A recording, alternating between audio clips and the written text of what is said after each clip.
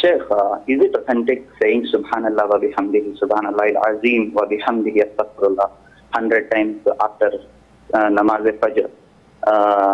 It removes the tightened sustenance. Or what should one do when he's facing with his tightened sustenance? The hadith I know is to say Subhanallah wa bihamdih 100 times in the morning and in the evening Adhkar. This is authentic. Also, in Husn al-Muslim, Fortress of the Muslim, it is mentioned to say Astaghfirullah 100 times in the morning and the evening. This might be taken from the hadith where the Prophet said, alayhi sallam, O people, seek Allah's forgiveness and repent to Him, for I seek Allah's forgiveness and repent to Him 100 times a day. So, if one says this and observes it after Fajr and Maghrib, or after Fajr and Asr, and in the morning and the evening Adhkar, that's a good thing. To say Subhanallah wa bihamdih, Subhanallah al-Azim 100 times, I don't know what backs it up. Maybe there is an authentic hadith I don't know of. The authentic hadith I know of is Subhanallah wa bihamdih, that's it. Nevertheless, the authentic hadith is two statements or two phrases or two words that are light on the tongue to say and heavy at the scale in terms of reward and beloved to Allah Azza wa Jal Ar-Rahman. That these two phrases are Subhanallah wa bihamdih, Subhanallah al-Azim. So Allah loves this statement. So if you tend to say it as many times as you wish during the whole day, 1,000 times, a gazillion times, that would be fine, inshaAllah, and Allah knows best. Regarding a dua for a person who moves into a new house.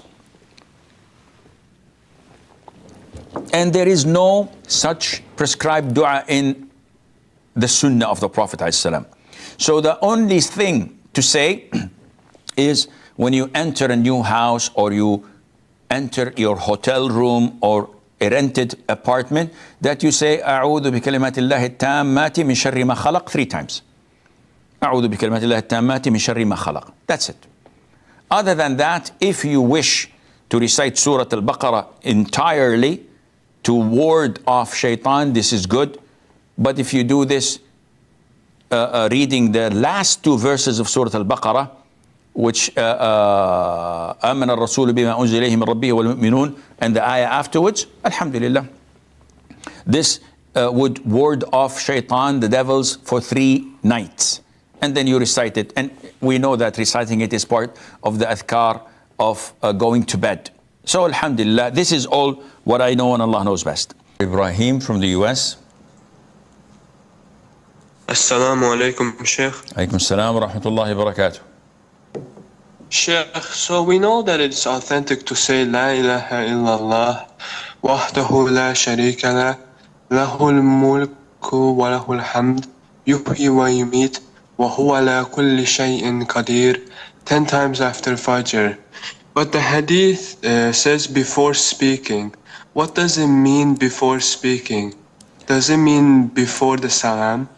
No, the hadith is referring to saying this dua, and in some narrations, before bending your right foot. So when you are sitting on your left buttocks and your right foot is erect, after doing the salam, you say this 10 times before putting it down or changing their seating. And some say that this is a weak hadith, and some say that it is authentic. I believe that it is fine to say it, inshallah, but definitely it is after salam and not before the salam. In Pakistan and India, people commonly use this statement, La ilaha illallah Muhammad Rasulullah, for the Shahada. But it was not at the time of Prophet, and Bukhari, Muslim, and I'm of old school of thought, they not used it for Shahada, this statement.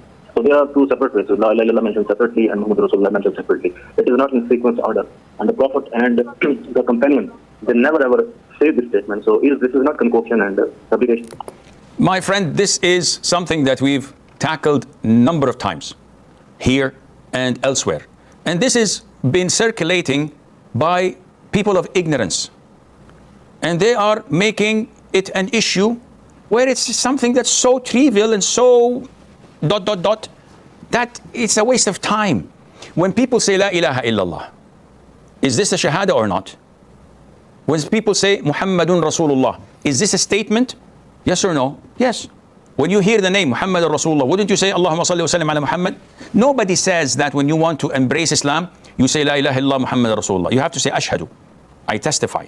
But as dhikr, don't you say La ilaha illallah? Yes, you do. And the hadith backs it up. Saying Muhammadur Rasulullah sallallahu alayhi wa sallam is mentioned in the Qur'an as well. Muhammadur Rasulullah. So making an issue and trying to raise this whenever possibility, when a scholar or student of knowledge or a lecturer says, oh, raising the flag, people say Muhammadur Rasulullah, this is wrong, it's not in Bukhari, it's not in Muslim. So who said it was in Bukhari or Muslim? So what is it? Oh, it's an innovation. No, it's not an innovation, it's kufr, because you're saying... And people escalate things like this without any justification or logical interpretation to it.